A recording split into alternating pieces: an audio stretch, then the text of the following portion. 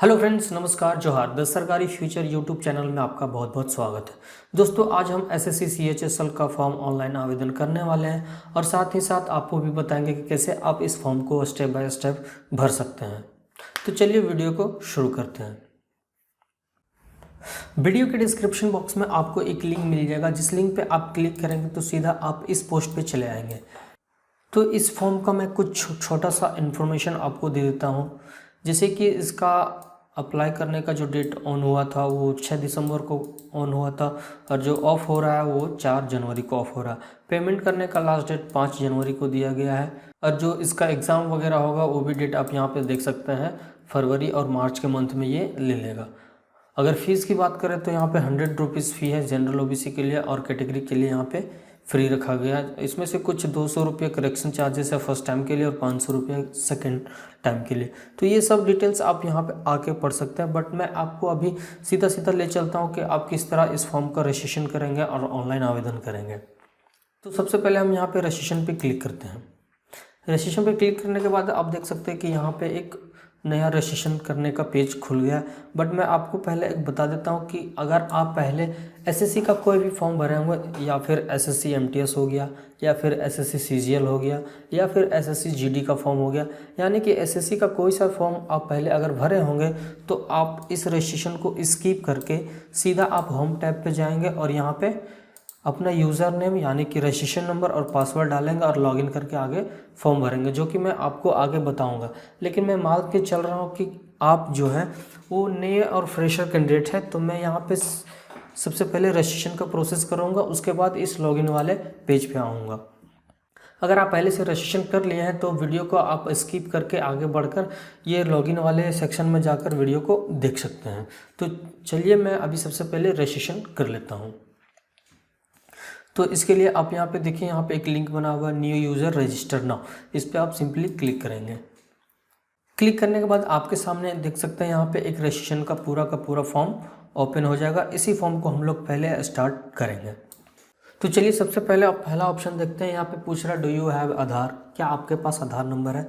तो ये अभी इंडियन जितने भी लोग हैं सबके पास आधार है। तो चलिए आप यहाँ पे अपना आधार कार्ड का नंबर डाल लेंगे। यहाँ पे आपको फिर से वेरीफाई आधार करना है, यानी कि जो आपका आधार नंबर उसको फिर से यहाँ पे रीटाइप करना है। तो चलिए हम यहाँ पे रीटाइप कर लेते हैं। उसके बाद आपको ये टाइप ऑफ आईडी इसको छोड़ देना, क्योंकि अगर आप आधार में नो करते तो इस आईडी को हम लोग दूसरा आईडी यहाँ पे यूज़ कर सकते थे। अगर आपके पास आधार नंबर नहीं है तो आप इस वाले ऑप्शन को चूज़ कर सकते हैं। चलिए तो नेक्स्ट हम देख लेते हैं। नेक्स्ट में यहाँ पे नेम डालना है। नेम आपको, तो नेक्स्ट में यहाँ पे नेम है। नेम आपको देख लीजिए यहाँ पे मेंशन किया हुआ, name should be same as mentioned in matriculation certificate. इसका मतलब ये हुआ कि आपके जो 10th का मार्कशीट है उसमें जो भी आपका नाम का स्पेलिंग लिखा हुआ हो बहू आपको यहाँ पे टाइप करना है। तो चलिए हम यहाँ पे नाम को टाइप कर लेते हैं।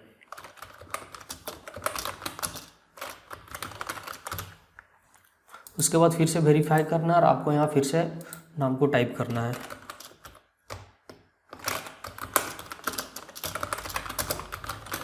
ध्यान रहे कि यहाँ पे आपका जो भी 10th वाले मार्कशीट में वो होगा वो ऐसे ही डालना। देखिए यहाँ पे हमने यहाँ पे एक स्पेलिंग मिस किया हो तो यहाँ पे लिख दे रहा नेम इज़ मिसमैच। तो चलिए हम देखते हैं कहाँ पे मिसमैच हुआ है।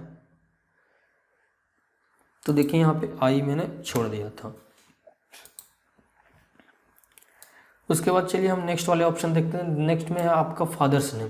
तो यहाँ पे आपको फादर्स नेम भी उसी तरह डालना है जो आपका मैट्रिकुलेशन यानी कि मैट्रिक के सर्टिफिकेट में लिखा हुआ है।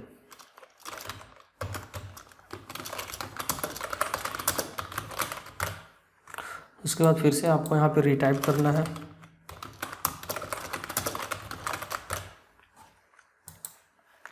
उसके बाद यहाँ पे मदर नेम डालना है। मदर नेम भी आपको सेम ही डालना जो आपके मैट्रिक के सर्टिफिकेट में है।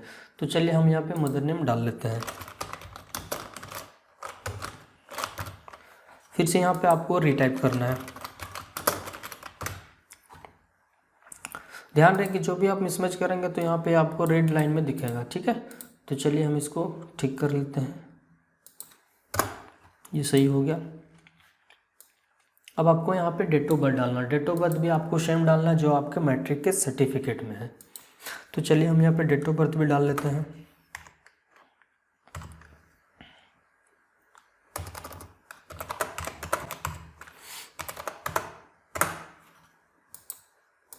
यहाँ से फिर से आपको वेरीफाई कर लेना, यानी कि सेम टाइप करना है यहाँ पे आपका अपना डेट ऑफ बर्थ।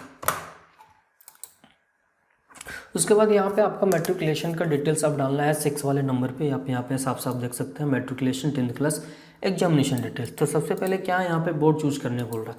तो हम झारखंड से हैं तो यहाँ पे झारखंड का बोर्ड चुन लेते हैं। अगर आप CBSE बोर्ड से हैं तो यहाँ पे सेंट्रल बोर्ड का भी ऑप्शन है। अगर आप बिहार से हैं तो बिहार का भी ऑप्शन है। तो मैं यहाँ पे अपना बोर्ड चूज़ कर लेता हूँ। उसके बाद फिर से मैं वेरीफाई कर लेता हूँ। वेरीफाई करने के बाद यहाँ पे रोल नंबर डालना। अब रोल नंबर का बहुत सारा लोगों के साथ परेशानी आती है कि रोल नंबर किस तरह डालना है। तो देखिए यहाँ पे जो मेंशन किया वो मैं आपको बता देता हूँ।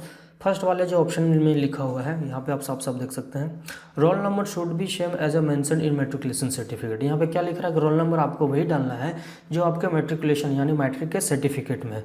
और दूसरा भी अब पॉइंट हम यहाँ पे पढ़ लेते हैं, only and dash are allowed, यानी कि आपको अगर आप आपके रोल नंबर पे कुछ स्लैश वगैरह या फिर डाला हुआ है तो ये अलाउड नहीं करता है, सिर्फ डैश को ही अलाउड करता है। ठीक है, जो कि आप यहाँ पे देख सकते हैं उसका सिंबल यहाँ पे बना हुआ है। सॉरी, यहाँ पे आपका ये स्लैश और डैश ये दोनों अलाउड है। ठीक है, अब आगे देख लेते हैं, please inter roll number without any other special character, यानी डैश और स्लैश के अलावा कोई भी करेक्टर ये यहाँ पे नहीं लगा। अगर आपके मार्कशीट में है तो आप उसको वहाँ पे छोड़ सकते हैं, उससे कोई प्रॉब्लम नहीं है। उसके बाद तीसरा नंबर देखते हैं, यहाँ पे लिखा हुआ if roll number code is given if roll code is given your matriculation certificate then enter roll number dash roll code dash roll number.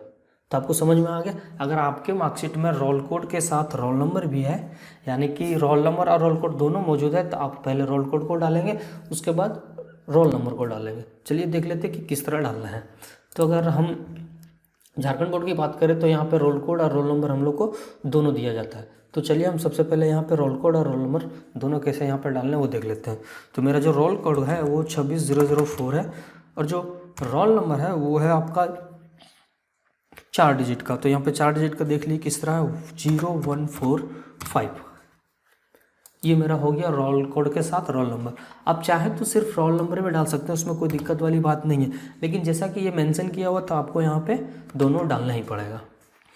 अब इतना डालने के बाद आपको सिर्फ नीचे आना और वेरीफाई करना है, यानी कि फिर से आपको वही डालना है। तो मैं यहाँ पे डाल देता हूँ। उसके बाद ये पूछ रहा है ईयर ऑफ पासिंग, 10th का आपका जो पासिंग ईयर है वो यहाँ पे डालना है।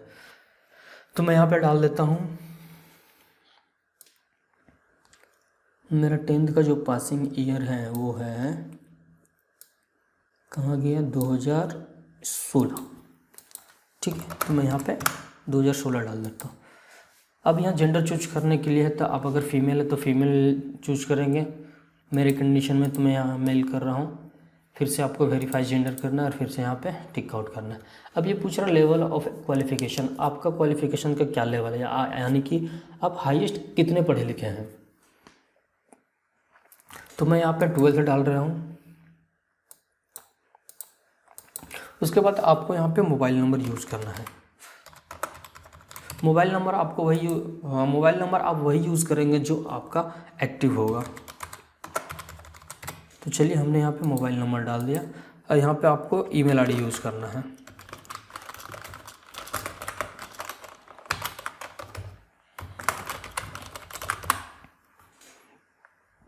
तो देखिए हमें यहाँ पे एक एरर आ रहा है, this email ID already exist, यानी कि ये ईमेल आईडी ऑलरेडी यहाँ पे डाला हुआ है, तो ये ईमेल आईडी यहाँ पे नहीं लेगा। तो हम यहाँ पे दूसरा ईमेल आईडी यूज करते हैं।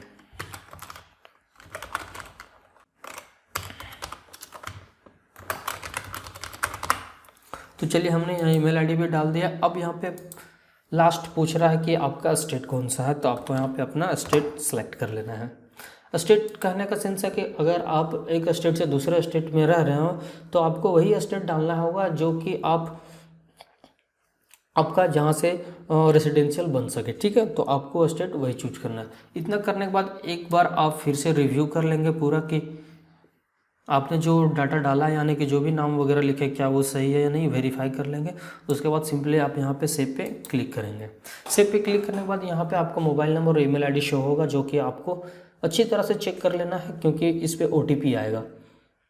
तो अच्छी तरह चेक करने के बाद जैसा कि देख रहे हैं आप यहाँ मोबाइल नंबर ईमेल आईडी है, अच्छी तरह से इसको चेक कर लेने के बाद आप यहाँ पे कंफर्म करेंगे। कंफर्म करने के बाद आपके सामने इस तरह का एक बॉक्स खुलेगा जिसमें कुछ डिटेल्स लिखा हुआ है।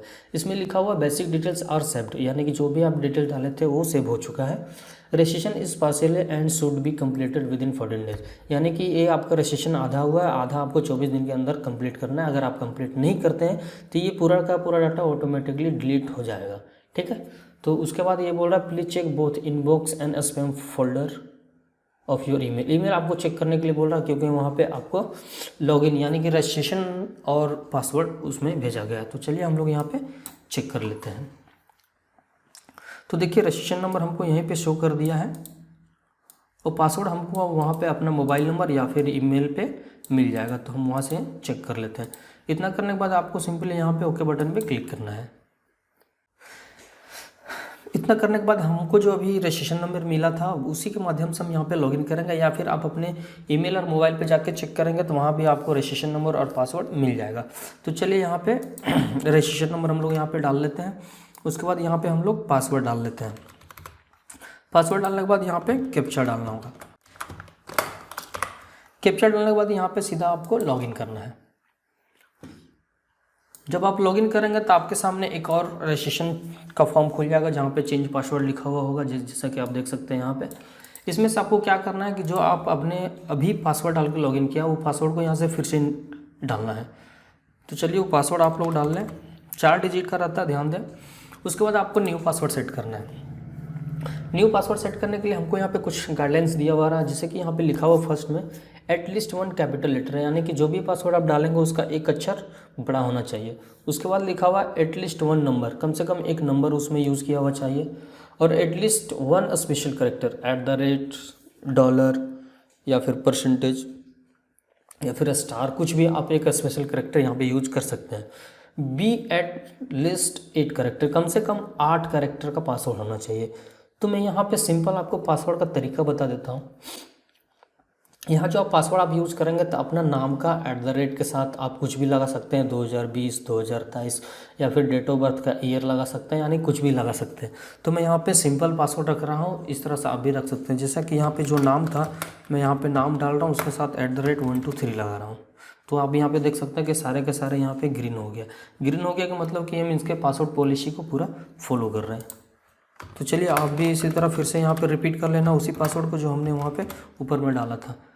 अगर आप गलती डालेंगे तो यहाँ पे लिखेगा पासवर्ड मिसमैच, अगर आप सही डालेंगे तो ये ओके हो जाएगा। ठीक है, तो चलिए हम यहाँ से फिर से इसको रजिस्ट्रेशन नंबर को कॉपी कर लेते हैं, और जबकि जो भी पासवर्ड हमने यहाँ पे डाला था वो हमको रिमेंबर कर लेना, यानी कि याद कर लेना।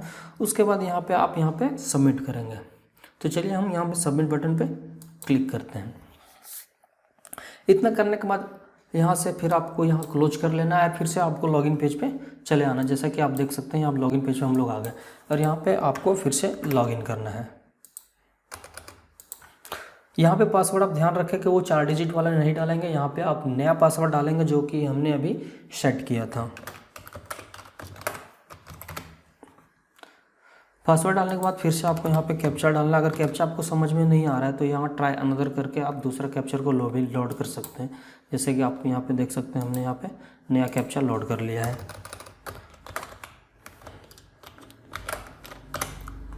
उसके बाद आपको सीधा लॉगिन बटन पे क्लिक करना है। लॉगिन बटन पे क्लिक करने के बाद आपके सामने वही रजिस्ट्रेशन पेज खुलेगा जो कि फर्स्ट में हम लोग रजिस्ट्रेशन किए थे, बट यहाँ पे हमको रिव्यू करने के लिए दिया जाएगा। अगर इसमें कुछ गलती है तो आप इस एडिट वाले बटन पे आकर क्लिक करके है ना कुछ भी डाटा को चेंज कर सकते हैं, यानी कि सुधार सकते हैं। तो यहाँ से सिंपल आपको नीचे जाना, चेक करते हुए जो भी डाटा आपको सही लगे उसको रहने देना है। उसके बाद सिंपल आपको यहाँ पे नेक्स्ट बटन पे क्लिक कर लेना है।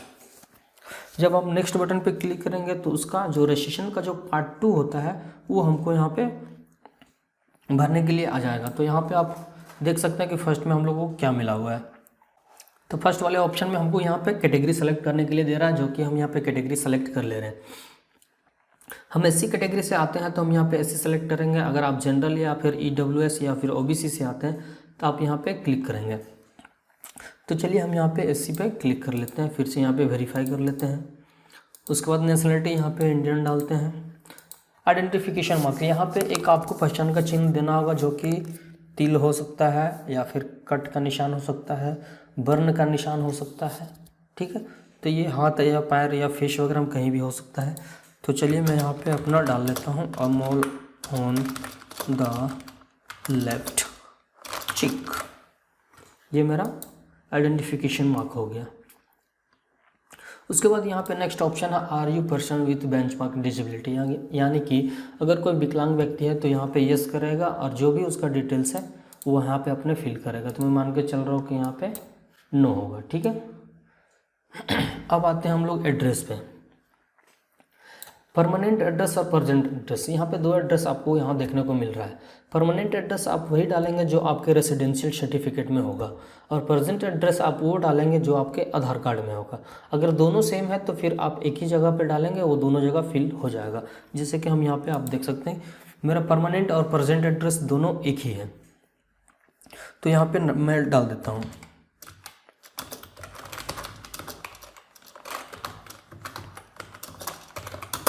उसके बाद अब यहाँ पीओ पोस्ट होगा और पीएस पुलिस स्टेशन होगा।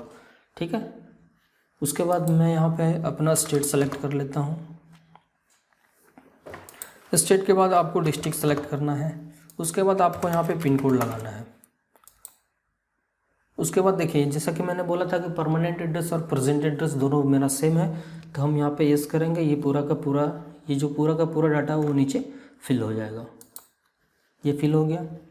अब चलिए हम यहाँ पे सिंपल सेव कर लेते हैं। तो मेरा रजिस्ट्रेशन का प्रोसेस पूरा कंप्लीट होने ही जा रहा है, बट उससे पहले यहाँ पे कुछ आपको इंपॉर्टेंट थिंग्स बता देता हूँ। जैसे कि यहाँ पे एग्री करके हम यहाँ पे फाइनल सबमिट करेंगे, बट उससे पहले आप यहाँ पे टेक ड्राफ्ट प्रिंट ले लेंगे, जो कि जितना भी आप रजिस्ट्रेशन करने के टाइम में पूरा डाटा फिल किए हैं, यानी कि नाम वगैरह, वो सब आपको एक पेज पर मिल जाएगा, जिसको आप बढ़िया से वेरीफाई कर लें। वेरीफाई करने के बाद ही आप इस फाइनल सबमिट वाले बटन पे क्लिक करेंगे। तो हमने वेरीफाई कर लिया, तो हम यहाँ पे सिंपल फाइनल सबमिट बटन पे क्लिक करते हैं। क्लिक करने के बाद आपके मोबाइल और ईमेल पे एक ओटीपी आएगा, दोनों में से कोई भी ओटीपी यहाँ पर डाल के आप इसको फाइनल सबमिट कर सकते हैं। मेल और मोबाइल पे हम चेक कर लेते हैं कि देखते हैं कि यहाँ कोई ओटीपी आया हुआ है या नहीं। तो हमारे मोबाइल पे ओटीपी आया है, मैं ओटीपी यहाँ पर डाल लेता हूँ। उसके बाद ओटीपी डालने के बाद यहाँ पर आपको कैप्चा डालना होगा।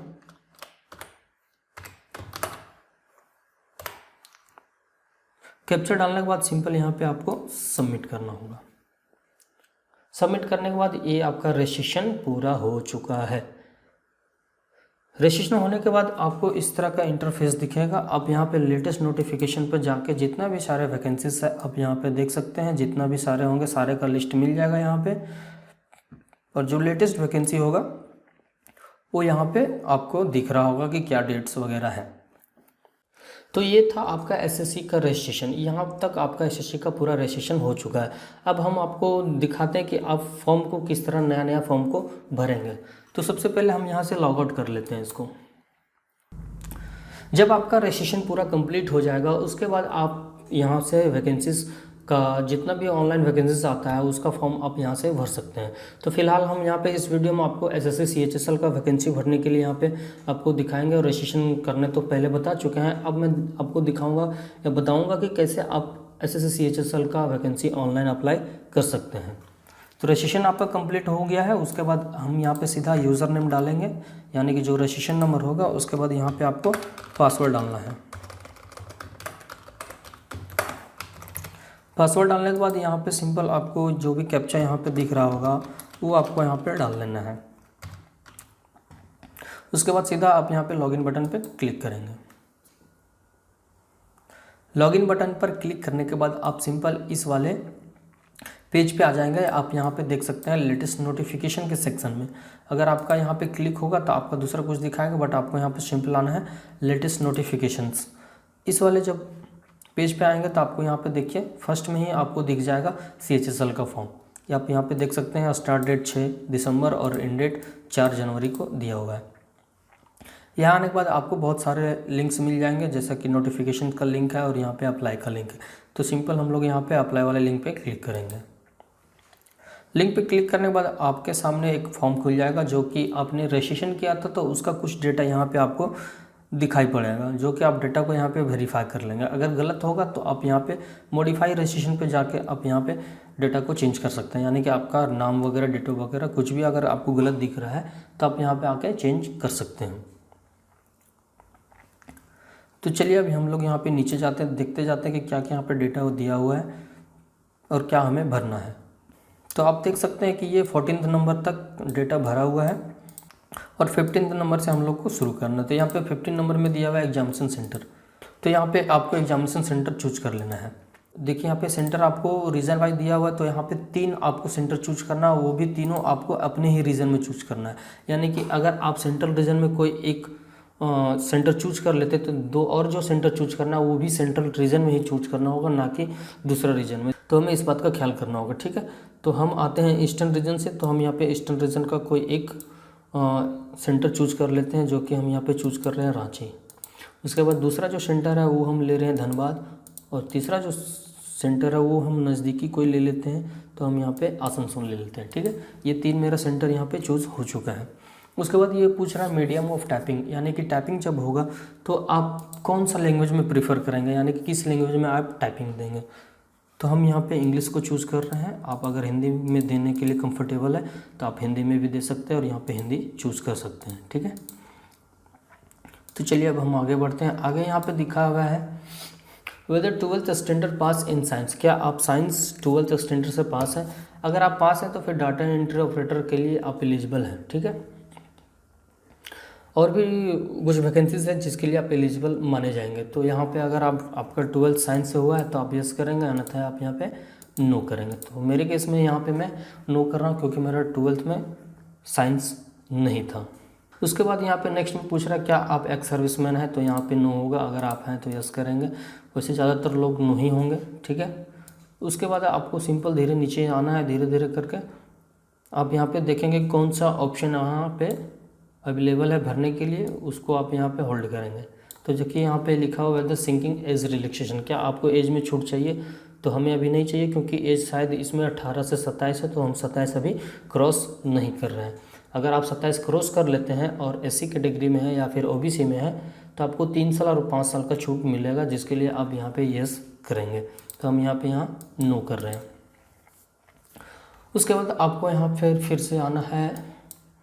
अगर आप यहाँ पे यस करते हैं ना तो फिर आपको इस वाले ऑप्शन में जाना पड़ता है, ठीक है। जैसा कि यहाँ पे देख रहे हैं SC/ST के लिए सब कुछ दिया हुआ है, क्योंकि हम SC/ST से आते हैं तो यहाँ पे SC/ST दिखा रहा है। अगर OBC से आप आते हैं तो यहाँ पे आपको OBC का लिस्ट दिखता है।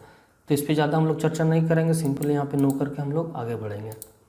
उसके बाद यहाँ पे पूछ रहा हाईएस्ट क्वालिफिकेशन क्या है। तो हाईएस्ट क्वालिफिकेशन हमने रजिस्ट्रेशन के टाइम में ही डाला था 12th। अगर आपका ग्रेजुएशन वगैरह है, यानी कि आप ग्रेजुएशन पास कर चुके हैं या फिर उससे भी ज़्यादा हायर क्वालिफिकेशन है आपके पास, तो आप यहाँ पे सेलेक्ट कर सकते हैं। फिलहाल मैं यहाँ पे अपना 12th सेलेक्ट कर रहा हूँ, यानी कि इंटरमीडिएट। और यहाँ पे हमको बता रहा है कि इस वैकेंसीज़ के लिए भी 12th ही ज़रूरी है। बट यहाँ पे अगर आपका हायर क्वालिफिकेशन है तो उसके लिए कोई दिक्कत नहीं, आप डाल भी सकते हैं और नहीं भी डाल सकते हैं। चलिए उसके बाद लिखा हुआ details of qualifying educational qualification, यहाँ से आप सेलेक्ट कर लें 12th। उसके बाद स्टेटस बोल रहा कि 12th आप कब पास किए थे, तो पास्ट है, पासिंग ईयर 2018 यहाँ पे मैं डाल लेता हूँ। यहाँ पे पूछ रहा स्टेट, पासिंग स्टेट क्या है। उसके बाद पूछ रहा नेम ऑफ बोर्ड यूनिवर्सिटी, तो विषय मैं यहाँ झारखंड से हुआ। उसके बाद यहाँ पे रोल नंबर डालना है। तो रोल नंबर आपको आपके देखना पड़ेगा कि आपका मार्कशीट, यानी कि 12th वाले जो मार्कशीट है उसमें आपका रोल नंबर क्या है, उसी के अनुसार आपको यहाँ पे डालना है। उसके बाद आपको यहाँ पे परसेंटेज डाल देना है। परसेंटेज आप कैलकुलेट कर लेंगे, अगर कोई पॉइंट में है तो पॉइंट में भी डाल सकते हैं। मेरे केस में पॉइंट नहीं है तो मैं यहाँ पे पॉइंट नहीं डाल रहा हूँ। उसके बाद आप नीचे आएंगे, यहाँ पे लिख रहा है do you want to make your personal information available for accessing job opportunity in terms of, जो भी यहाँ पे डाला हुआ है तो उसके लिए हम लोग यहाँ पे यस करेंगे, ठीक है। उसके बाद यहाँ पे आप अपना फिर से एड्रेस को चेक कर लेंगे, अगर सही है तो ठीक है, नहीं फिर एडिट कर लेंगे, ठीक है। उसके बाद सबसे इम्पोर्टेंट यहाँ ध्यान देने वाली बात क्या है, फ़ोटो एंड सिग्नेचर। ये दोनों जो है, ये दोनों बहुत इंपॉर्टेंट है। बहुत सारे लोग पीछे क्या कर रहे हैं कि डेट पे नाम चढ़वा रहे हैं, डेट पे डेट ऑफ बर्थ डलवा रहे हैं, बट यहाँ पे नोटिफिकेशन जब आप चेक करेंगे तो यहाँ पे सिंपली आपको कुछ भी वैसा नहीं मिलेगा जो कि आपको फ़ोटो पे कुछ भी डालना है। तो यहाँ पे सिंपल फ़ोटो आपको वाइट बैकग्राउंड में लेना या फिर लाइट बैकग्राउंड में, जो कि लेटेस्ट फ़ोटो होना चाहिए। जैसा कि यहाँ पे लिखा हुआ है 6 सितंबर 2022 के पहले नहीं होना चाहिए, यानी कि 6 सितंबर 2022 के बाद का फ़ोटो होना चाहिए। तो मेरे पास फ़ोटो अवेलेबल है। फ़ोटो का जो साइज़ होगा वो 20 KB से लेके 50 KB तक होगा, और जो सिग्नेचर का साइज़ होगा वो 10 KB से लेके 20 KB तक होगा। तो मैं यहाँ पे फ़ोटो और साइन दोनों बना के रखा हूँ, मैं यहाँ पे सिंपल अपलोड कर रहा हूँ। ठीक है, यहाँ पे मेरा फ़ोटो थोड़ा सा ब्लर है, बट आप ध्यान रखेंगे कि आपका फ़ोटो का क्वालिटी बेटर होना चाहिए। मैं यहाँ पे आपको सिर्फ बता रहा हूँ, फ़ोटो मतलब ये रजिस्ट्रेशन करके फॉर्म भर के मैं आपको दिखा रहा हूँ, ये मेरा कोई ओरिजिनल फॉर्म नहीं है। तो आप इस बात का ध्यान रखेंगे कि आपको फ़ोटो जो भी होगा वो बिल्कुल बिल्कुल क्लियर होना चाहिए। ठीक है, तो फ़ोटो हमने यहाँ पे डाल दिया और साइन में यहाँ डाल रहा हूँ। साइन का जो साइज़ था वो 10 KB से लेके 20 KB तक था। तो चलिए हम साइन का साइज़ चेक कर लेते हैं। तो देखिए 43 KB का, यानी कि ये नहीं लेगा, तो हम इसको यहाँ पे रिसाइज कर ले रहे हैं। तो देखिए यहाँ पे मेरा साइन बन चुका है। हम यहाँ पे सिंपल इसको चूज़ करके यहाँ पे अपलोड कर लेंगे। आप देख सकते हैं फ़ोटो और साइन दोनों ही क्लियर दिख रहा है। फ़ोटो थोड़ा सा ब्लर है, बट कोई दिक्कत नहीं, ये फ़ोटो चल जाएगा, लेकिन आप इससे भी बेहतर डालेंगे। ठीक है, यहाँ फ़ोटो साइन अपलोड करने के बाद यहाँ पे आपको पूछा जा रहा है कि क्या आपका फ़ोटो 6 सितंबर 2022 के बाद खींचा हुआ है। तो यस, मेरा खींचा हुआ है, तो हम यहाँ पे यस करेंगे। अगर आप नो करेंगे तो ये सीधा फॉर्म भरने के लिए मना करेगा।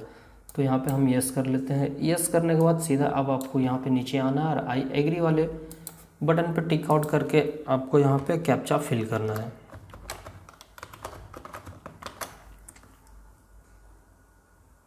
कैप्चा फिल करने के बाद सिंपल आपको यहाँ पे प्रीव्यू बटन पे क्लिक करना है। जब आप प्रीव्यू बटन पे क्लिक करेंगे तो आपका जितना भी फॉर्म आप भरे हैं अभी पूरा का पूरा एक प्रीव्यू पेज खुल जाएगा, जहाँ से आप पूरा का पूरा डेटा को चेक कर पाएंगे। चेक करने के बाद ही आप इसको फाइनल सबमिट करेंगे। ठीक है, तो मैं यहाँ पे डेटा को चेक कर ले रहा हूँ। आप देख सकते हैं कि यहाँ पे सारा डेटा दिया हुआ है। सारा डेटा चेक करने के बाद अगर आपको कोई गलती दिखती है तो आप इस एडिट और मॉडिफाई वाले बटन पे क्लिक करके ठीक कर सकते हैं। अगर सही है तो सिंपल आप इस पे सबमिट बटन पे क्लिक करेंगे। तो मैं यहाँ पे क्लिक कर ले रहा हूँ। देखिए ध्यान दीजिएगा, क्लिक करने के बाद यहाँ पे ओके और प्रिंट का यहाँ 2 बटन मिल रहा है, बट एक और बटन मिलेगा फ़ी पे करने का, तो वो ओबीसी और जनरल वालों के लिए होगा। तो हम एसी कैटेगरी में आ रहे हैं तो हमारा यहाँ पे फ़ी नहीं लग रहा है, इसलिए डायरेक्ट ये हमें प्रिंट करने का ऑप्शन दे रहा है। अगर आप ओबीसी जनरल से हैं तो एक सेक्शन और खुलेगा पेमेंट का, जहाँ पे आपको पेमेंट करना होगा। ठीक है, तो हम यहाँ पे सिंपल प्रिंट कर ले रहे हैं क्योंकि यहाँ पे मेरा फ़ी नहीं लगा है। तो यहाँ पे आपको सिंपल प्रिंट वाले बटन पे क्लिक करना है। प्रिंट वाले बटन पे जब आप क्लिक करेंगे तो आप यहाँ से देख सकते हैं कि आपके सामने का पूरा फॉर्म यहाँ पे ओपन हो चुका है, यानी कि पूरा का पूरा फॉर्म वेरीफाई हो चुका है। यहाँ पे एक चीज़ ध्यान दीजिएगा, जब भी आपके सामने ये फॉर्म खुलेगा तो यहाँ पे आपका ये चीज़ लिखा हुआ आना चाहिए, application receipt content not verified. तो इससे आप घबराइएगा नहीं, कंटेंट नॉट वेरीफाइड ये ऑफिस का काम है, ये उन लोगों का काम है कंटेंट वेरीफाइड करना, बट यहाँ पे ध्यान दीजिएगा कि यहाँ पे लिखा होना चाहिए एप्लीकेशन रिसिप्ट। तो ये फाइनली SSC CHSL का फॉर्म हमने आपको पूरा कंप्लीट करके दे दिया है। अगर आपको इस वीडियो से बहुत फ़ायदा मिलता है तो आप हमारे चैनल को सब्सक्राइब कर सकते हैं, और वीडियो अच्छा लगता है तो अपने दोस्तों के साथ भी शेयर कर सकते हैं। जाने से पहले मैं आपको एक बार फिर से रिक्वेस्ट करूंगा कि अगर आपको यह वीडियो अच्छा लगा तो आप हमारे चैनल को सब्सक्राइब ज़रूर करें। वीडियो देखने के लिए आपका बहुत बहुत धन्यवाद।